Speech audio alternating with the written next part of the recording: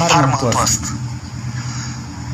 माऊलीने ज्या ओंकारापासून या गणपतीचं वर्णन करायला सुरुवात केली त्या ओंकारानंच या असणाऱ्या 18-19 ओव्याचा उपसंहार केला.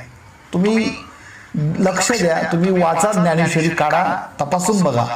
ओम नमो ज्ञाद्या आणि शेवटला माऊली हे म्हणतात की हे तिन्ही एकवटले तेच शब्द ब्रह्म कवळले ते म्या श्री गुरु कृपा नमिले आदिबीज.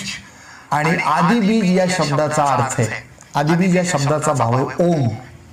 म्हणजे उपक्रम आणि उपसंहार याच्यामध्ये कशा पद्धतीने संबंध करायचा आहे, साहित्यच करणार नाही माऊलीच. आम्ही भाग्यवान आहेत, आम्ही फक्त जेवढं आम्हाला समजेल तेवढं झटण्याचा प्रयत्न केला.